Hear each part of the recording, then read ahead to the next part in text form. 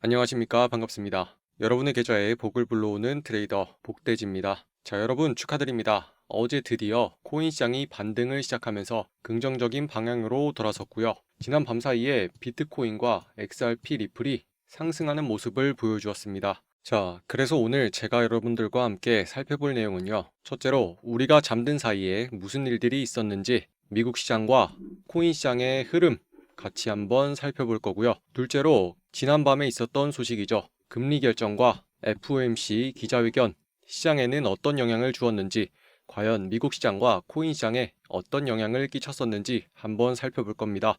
그리고 세 번째로 SEC와 리플의 소송, 지난 밤 사이에 SEC와 리플의 소송이 철회되었다는 기사들이 많이 나왔었는데요. 이것이 과연 사실인지, 그리고 지난 소송의 쟁점은 과연 무엇이었는지 같이 한번 살펴볼 겁니다. 그리고 네 번째로는 앞에 있었던 SEC와 리플의 소송이 과연 실제로 시장에 어떤 영향을 미치고 있는지 팩트 체크를 항상 해야겠죠. 차트 분석을 통해서 실제로 시장의 흐름이 어떤 식으로 흘러가고 있는지 같이 한번 살펴보겠습니다. 자, 어제 3월 19일이었죠. 어제는 미국 자산시장과 암호화폐 시장에서 꽤나 큰 변화들이 있었습니다. 시장이 숨죽이고 있다가 오늘 시간 새벽 3시 그리고 새벽 3시 반에 큰 변화들이 있었는데요. 3시에는 금리 결정 발표가 있었고요. 3시 반에는 FOMC 기자회견이 있었습니다. 어제 오후까지만 해도 이 두 가지 큰 이슈가 있었기 때문에 시장은 숨죽이고 횡보하는 모습을 보였었는데요. 리플은 현재 시장에서 큰 관심을 받고 있어서 그런지 다른 자산들에 비해서 한 템포 빠르게 움직이는 모습이었습니다. 지난 18일에 하락을 할 때도 비트코인에 비해서 조금 더 빠르게 먼저 하락이 시작됐었고요.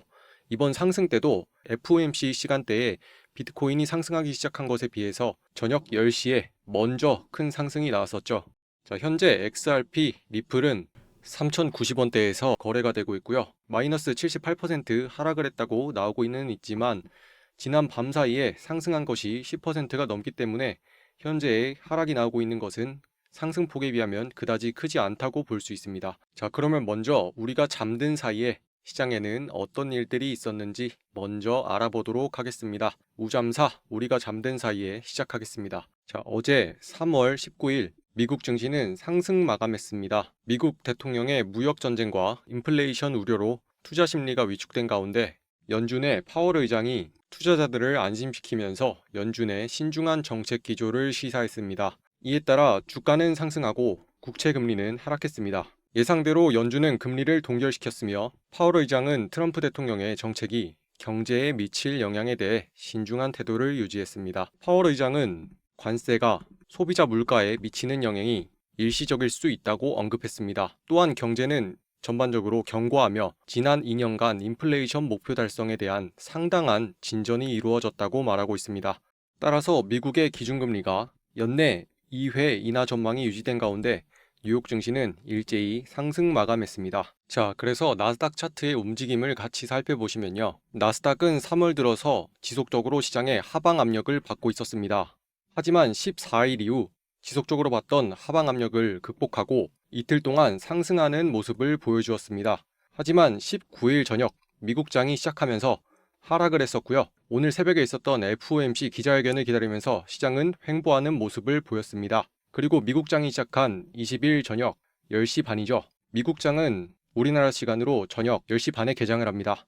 미국장이 개장한 저녁 10시 반 이후로 조금은 상승을 하는 듯 하다가 금리 발표를 하면서 동시에 한 차례 하락을 한 뒤 결국 상승 마감하는 모습으로 장을 마감했습니다. 여러분, 어제 제가 말씀드렸듯이 시장이 더 이상 하락을 하지 않는다면 다음 상승을 할 때는 이전 저항을 계속 받았던 자리까지 상승을 할 수 있다고 봤었고요. 현재는 새벽 시간에 해당 자리까지 상승하는 모습을 보여준 뒤 영역의 상단 부근에서 횡보하고 있는 모습을 보이고 있습니다. 시장에서 현재 자리를 지속적으로 지켜줄 수 있다면 다시 한번 재차 상승하면서 2350에서 2450의 다음 저항 구간까지 상승할 수 있는 여력이 있고요. 시장에서 현재 있는 영역을 지켜주지 못한다면 다시 한번 하락을 해서 19,680에서 19,760 사이의 지지 영역까지 하락할 가능성이 있습니다. 현재는 상단에 머무르고 있기 때문에 상승할 가능성을 조금 더 높게 보고 있고요. 신규로 진입하는 입장에서 매도를 해야 할 가능성은 적다고 보고 있습니다. 따라서 시장에서는 오늘 새벽에 있었던 금리 결정과 FOMC 기자회견을 조금 더 긍정적으로 받아들이고 있는 모습입니다. 자, 다음으로 오늘은 시장에 중요한 지표가 있는지 한번 살펴보겠습니다. 자, 말씀드렸던 대로 오늘 3월 20일 목요일이죠. 새벽 시간 3시와 3시 반에 중요한 사건이 있었습니다. 금리 결정과 FOMC 기자회견인데요. 잘 모르시는 분들을 위해서 잠깐 설명을 하고 넘어가도록 하겠습니다. 자, 미국에 있는 금리 결정 같은 경우는 미국의 기준금리를 결정하고 이를 발표하는 중요한 지표인데요.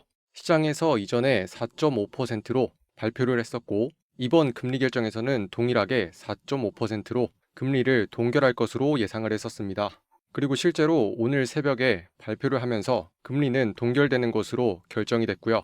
하지만 이것은 시장에서 충분히 예상이 가능했던 거기 때문에 이것보다는 조금 더 영향력이 높은 FOMC 기자회견이 있었습니다. 이 회견에서는 이렇게 생긴 FOMC, 즉 연방준비위원회의 가장 높은 의장이죠. 파월이 방송을 하게 되는데 이 시간대는 시장이 어디로 튈지 모르기 때문에 이 사람의 말 한마디 한마디에 주목하면서 이렇게 예의주시를 하고 있습니다. 따라서 이 시간대에 차트를 지켜보고 있거나 호가창을 지켜보면요. 호가들이 실시간으로 빠지면서 위아래로 굉장히 요동치는 모습을 볼 수 있습니다.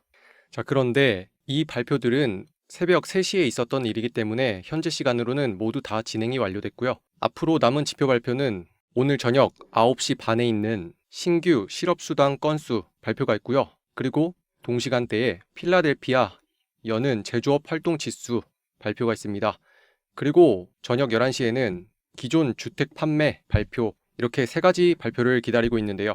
이 중에서 어떤 것이 가장 영향력이 크냐면 순서대로 실업수당 청구 건수가 될 거고요. 그리고 두 번째로는 제조업 활동 지수가 될 겁니다. 그리고 세 번째로 주택 판매 지수가 중요도를 차지하고 있습니다.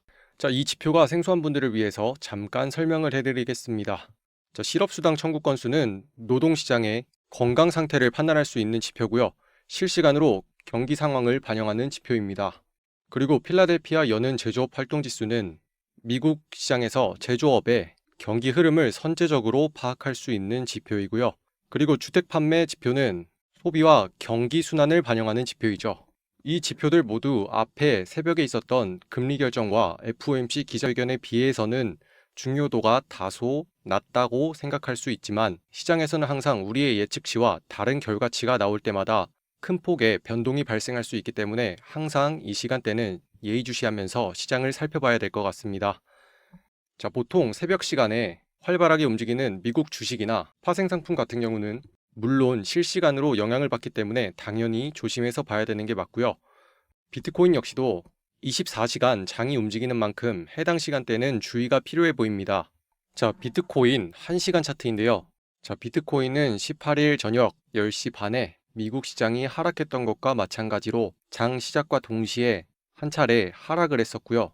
하락을 하게 된다면 단기적으로 도달할 수 있는 매도의 목표가 부근까지 도달을 했었습니다.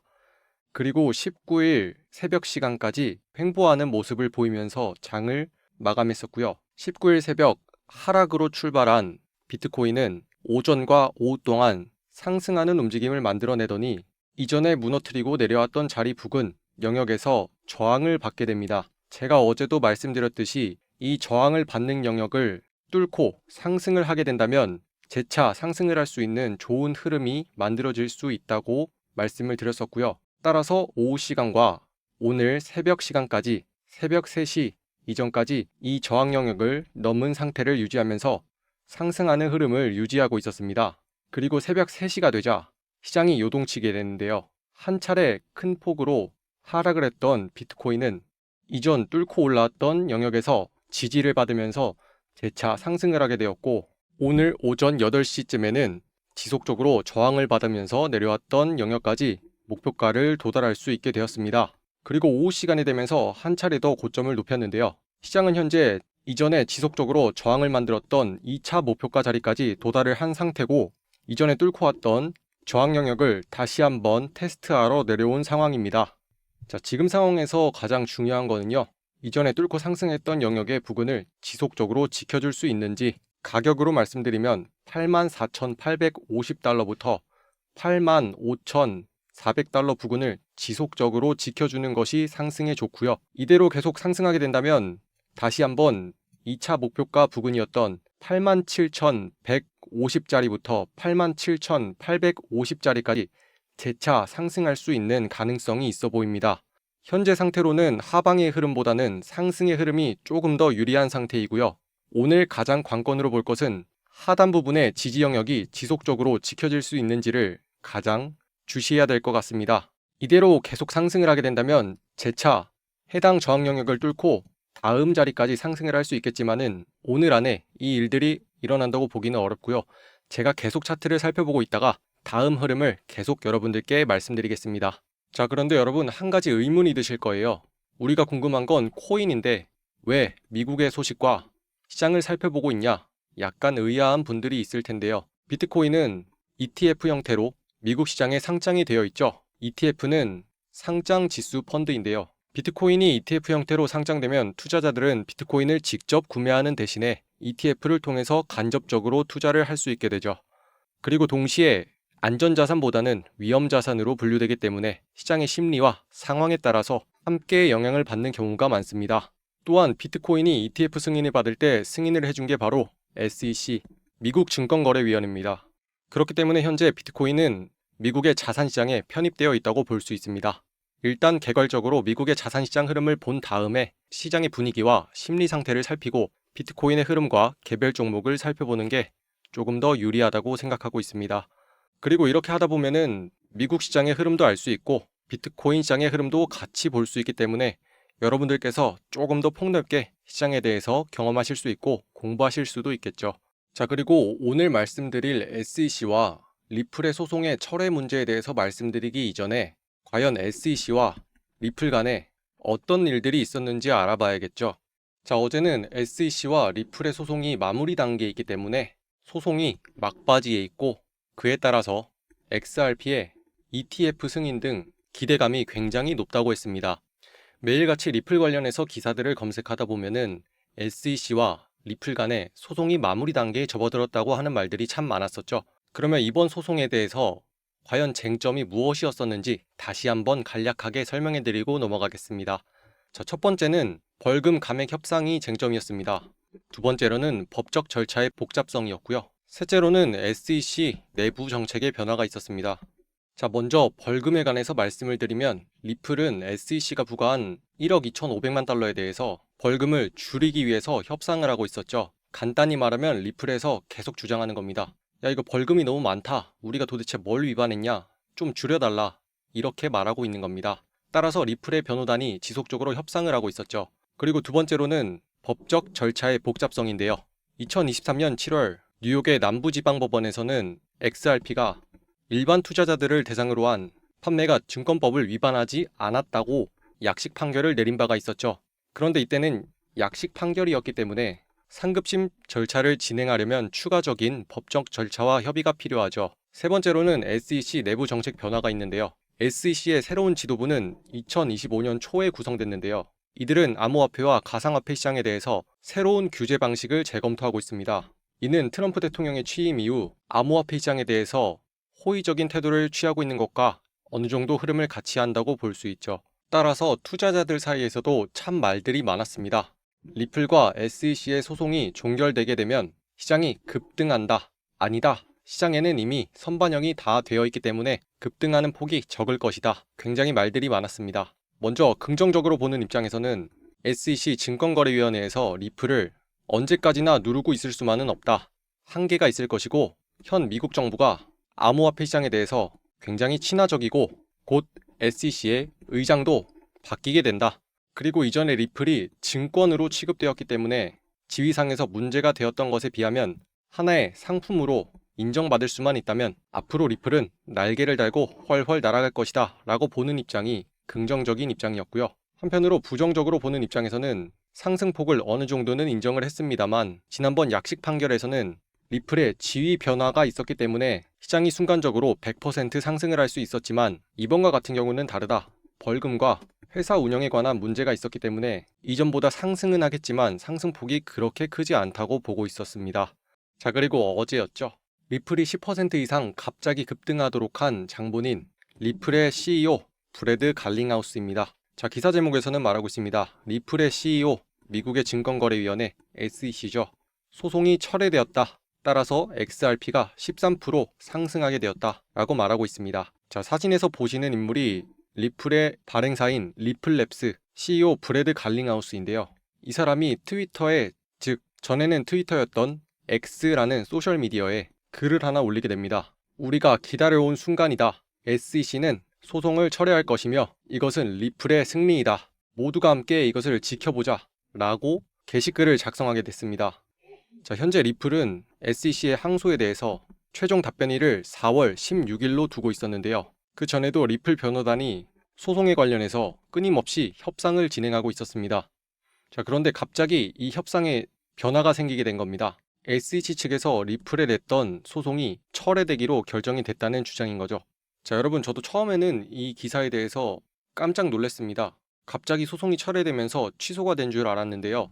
하지만 다시 한번 잘 살펴보면요, 여러분, 이거는 리플랩스 CEO인 브래드 갈링하우스의 소셜 네트워크에 작성된 글이었습니다. 이 내용이 조금 더 공신력을 얻으려면 SEC 측에서 어떠한 발표가 있거나 공식적인 문서가 나와야 되는데요. 현재로서는 명확하게 확인된 바는 없습니다. 그렇지만 시장에서는 13% 정도 상승이 나올 만큼 굉장히 긍정적으로 바라보고 있는 상황이고요. 만약 이 내용이 사실이라면 그동안 리플을 억누르고 있던 제약사항이 사라지기 때문에 리플에서 조금 더 자유롭게 생태계 조성 활동을 펼쳐나갈 수 있겠죠. 간단하게만 설명드리면 여러분, 많이들 리플, 코인 자체로만 알고 계실 텐데요. 사실은 리플은 리플랩스에서 발행한 코인일 뿐입니다. 처음에 리플을 발행한 리플랩스에서는 현재 많은 생태계 조성 활동들을 하고 있는데요. 첫째로는 스테이블 코인 발행이 있겠고, 둘째로는 CBDC 프로젝트 참여가 있습니다. 셋째로는 M&A와 IPO 준비가 있고요. 넷째로는 어제 발표했던 리플의 커스터디 시장이 있습니다. 자, 먼저 리플의 스테이블 코인 발행은 미국 달러와 1대1로 연동되는 스테이블 코인을 발행하면서 환전과 송금을 더욱더 자유롭게 하는 시스템이고요. CBDC는 중앙은행의 디지털 화폐 프로젝트를 돕는 활동을 하고 있습니다. 그리고 암호화폐 및 블록체인 분야에서 기업 인수합병을 적극적으로 추진하고 있고요. 또한 SEC와의 소송이 마무리됨에 따라 기업 공개를 고려하고 있다는 관측이 나오고 있습니다. 그리고 최근에는 암호화폐의 보관과 관리 서비스에 대해서도 진출하려는 계획을 가지고 있죠. 자, 그런데 여러분, 제가 여러분들께 한 가지 말씀드리고 싶은 게 있는데요. 사람들은 단순히 이제 소송이 해결됐기 때문에 이제부터는 리플을 그냥 사도 되나? 왜냐면 악재가 없어졌으니까 이제 그냥 오를 일만 남은 거 아니야? 라고 생각하시는 분들을 위해서 제가 말씀드리고 싶었던 게 있습니다. 여러분들, 제일 중요한 건 이 내용을 시장이 어떻게 받아들이느냐가 가장 중요한 겁니다. 단순하게 그저 공식처럼 소송이 해결됐으니까 상승한다 라고 공식처럼 보시면 안 되고요. 이걸 시장이 어떻게 받아들이느냐가 가장 중요한 겁니다. 미국 증권시장에서 거래를 해보신 분들이 있으면 아마 잘 아실 거예요. 미국 시장에는 매 주마다 각종 경제 지표들이 발표가 되는데요. 경제 지표들이 긍정적으로 발표됐는데도 시장이 하락할 때가 있고, 부정적으로 나왔는데도 시장이 상승할 때가 있습니다. 그래서 대부분 큰 자금을 거래하는 트레이더들은요, 해당 시간대에 거래하는 것을 꺼려 하는데요. 이 지표가 나오는 순간에 시장이 어디로 튈지 모르기 때문입니다. 그러니까 우리들이 어떻게 생각하느냐가 중요한 게 아니고요. 시장에서 이 지표와 결과들을 어떻게 받아들이고 해석하면서 돈의 흐름이 어디로 쏟아지는지가 가장 중요한 거기 때문에 뉴스 기사들을 가지고 분석하고 그대로 기대하면 안 된다고 말씀드리고 싶은 거예요. 자, 그러면 이런 생각이 드는 분들이 있을 거예요. 그럼 나는 뭘 가지고 매매를 하냐? 뉴스를 가지고 매매를 해서도 안 되고 차트는 내가 볼 줄 모르겠다. 그럼 난 어떻게 해야 되냐? 자, 그런 분들을 위해서 제가 준비했습니다. 자, 여러분, 지금 보시는 화면에서 왼쪽에 있는 창은 제가 여러분들께 문자를 보내드릴 때 사용하는 창인데요. 비트코인은 지속적으로 하락을 하고 있다가 3월 11일 오전 9시에 한 차례 더 저점을 낮췄습니다. 저는 이때 차트를 계속 관찰하고 있었고요. 손익비가 굉장히 좋은 자리이고 반등이 빠르게 나올 수 있는 상황이라고 봤습니다. 그래서 기준을 세워드렸죠. 매수가와 손절가, 그리고 수익을 볼 수 있는 매도가까지 기준을 제시해드렸습니다. 그런데 여러분, 매매라는 것은 모든 사람들에게 일괄적으로 적용되는 게 아닙니다. 각자의 성향에 따라서 어떤 사람은 들어가자마자 빨리 수익을 보고 싶어 하는 사람이 있고, 어떤 사람은 흔드는 거 다 버텨도 상관없다, 길게 수익을 보고 싶어 하는 사람도 있습니다. 그래서 각각의 성향에 맞게 1차로 수익을 볼 수 있는 자리와 2차로 수익을 볼 수 있는 자리 각각 제시해드렸습니다. 제가 이렇게 문자를 보내드리게 되면은 여러분들은 실시간으로 문자를 받아보시게 되는데요. 그런데 이때 가장 중요한 게 있습니다. 이렇게 저한테 문자로 복이라고 남겨주신 분들만 제가 문자를 보내드릴 수 있습니다. 아래에 있는 번호 010-8199-7263으로 복이라고 남겨주신 분들만 제가 문자를 보내드릴 수 있습니다. 이렇게 제가 세운 전략들과 진입에 대한 근거까지 실시간으로 보내드리고 있으니까요. 문자 받아보시고 내용이 타당하다 하시면 저와 함께 시장도 분석하고 수익도 꾸준히 보시면 좋겠습니다. 자, 그러면 여러분, 제가 당시에 무슨 판단으로 그렇게 문자를 보내드렸었는지 궁금하시죠? 지금부터 당시의 차트로 돌아가서 제가 어떠한 근거로 그렇게 가격을 제시할 수 있었는지 차근차근 설명해 드리겠습니다. 지금부터 제가 말하는 논리를 잘 따라와 주시면 충분히 이해가 되실 겁니다. 자, 비트코인은 3월 들어서 지속적인 큰 상승과 하락을 보이면서 시간이 흐르고 있었는데요. 고점은 점점 낮추고 하단의 저점은 점점 높이는 삼각수렴의 형태를 보이고 있었습니다. 그리고 3월 9일이 지나면서 10일 그리고 11일 새벽까지 지속적으로 하락을 하고 있었는데요. 그리고 대망의 3월 11일 오전 9시가 되면서 다시 한번 저점을 낮추러 가는 모습이 나왔습니다. 그런데 여기서 단기적인 흐름을 살펴보면요. 고점은 점점 낮추고 있고 저점도 지속적으로 낮추고 있었습니다. 따라서 다음번 하락이 진행된다면 단기적인 매도의 목표가가 될 수 있겠다고 판단을 했었고요. 장기적인 흐름에서 보면은 일봉과 주봉 같은 장기적인 흐름에서 보면은 지지가 될 수 있는 자리가 형성되고 있다고 생각을 했습니다. 일본과 주봉 같이 큰 단위에 있는 자리들을 살펴보게 되면은 지지가 될 수 있는 영역이 형성되고 있었는데요. 이런 자리 같은 경우는 손절을 해야 되는 가격 대비 수익을 볼 수 있는 자리, 즉 손익비가 굉장히 좋은 자리라고 판단을 했습니다. 그렇기 때문에 손절 가격으로는 76,000 이하로 빠지게 된다면 손절이 가능하고, 수익을 본다면 이전에 계속 저항을 받으면서 내려왔던 자리들, 이 자리들을 1차로 달성할 수 있겠고, 그 이후에도 상승세가 지속이 된다면 2차적으로 저항을 받는 자리가 목표가로 가능하다고 판단을 했습니다. 그래서 우리가 매수를 하게 되는 자리는 77,200달러 부근이 됐었고요. 우리가 손절을 하게 되는 자리는 76,000 정도가 됐던 겁니다. 그리고 이 영역이 빠지게 되면 어떡하냐? 손절을 하게 되더라도 충분히 손실을 보는 자리보다 수익을 낼 수 있는 자리가 더 길었습니다. 1차 매도가는 81,900이 됐었고요. 2차 매도가는 83,400이 되었습니다. 자, 그리고 시간이 지나면서 어떻게 됐었는지 한번 살펴보실까요? 1차로 제시했던 저항을 지속적으로 받으면서 내려왔던 자리 1차 목표가를 달성하게 됐고요. 그리고 지속적으로 상승을 해서 2차로 봤던 자리까지 도달하게 됐습니다. 자, 여러분 어떤가요? 트레이딩을 할 때는 이런 식으로 항상 어떠한 시나리오와 그 매매를 하게 되는 논리적인 이유가 있어야 됩니다.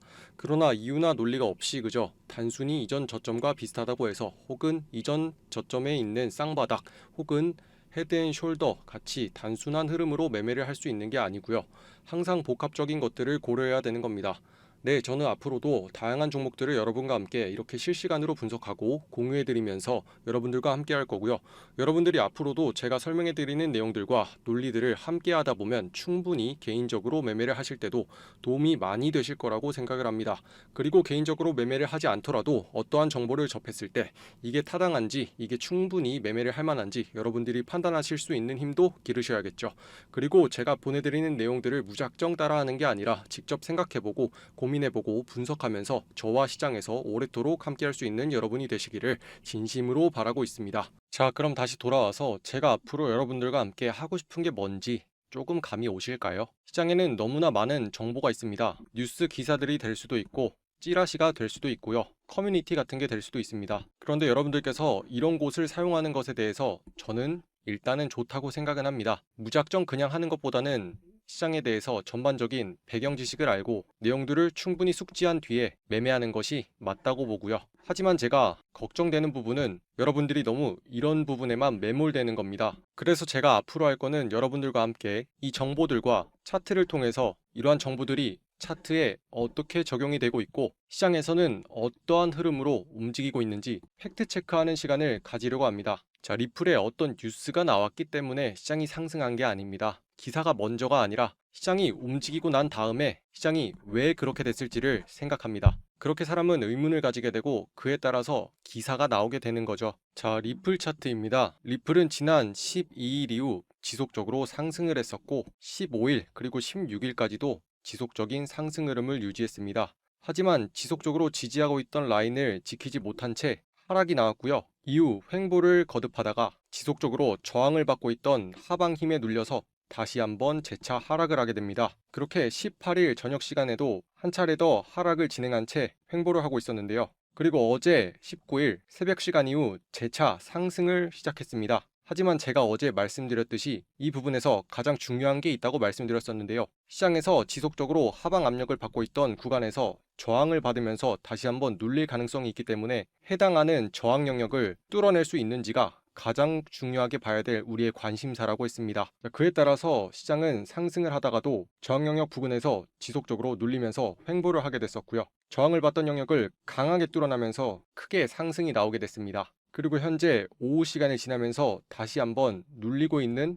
모습으로 진행이 되고 있고요. 자, 이제 가장 중요하게 봐야 될 게 있습니다. 다시 한번 하락을 하게 된다면 저항을 강하게 뚫었던 영역인 2.28달러에서 2.34달러의 지지 영역을 지켜줘야 되는 움직임이 나와야 됩니다. 그렇다면 지속적으로 상승을 할 수 있겠고 다음 저항 영역인 2.73달러에서 2.8달러까지 상승할 수 있는 힘이 유지가 되겠죠. 현재는 하방 압력보다는 상승 압력을 더욱더 높게 보고 있고요. 신규로 진입을 하게 된다면 매도보다는 매수로 진입을 하는 게 조금 더 유리하다고 보고 있습니다. 자, 그래서 오늘 관건으로 볼 것은 지속적으로 상승을 할 수 있는지 혹은 하락을 하게 되더라도 이전에 저항으로 작용했었던 영역이 지지 영역으로 바뀌면서 해당 영역을 잘 지켜줄 수 있는지 이것을 가장 관심 있게 봐야 될 겁니다. 자, 뉴스를 보다 보니 조금은 어이없기도 하고 재밌는 뉴스가 있더라고요. 100달러까지 상승할 수 있어. XRP 리플 호재 터질까? 자, 리플이 100달러까지도 상승을 할 수 있다고 주장하는 내용인데요. 사실 이런 기사들은 그렇게까지 신경 쓸 필요가 없습니다. 사실 깊게 고민할 필요도 없고요.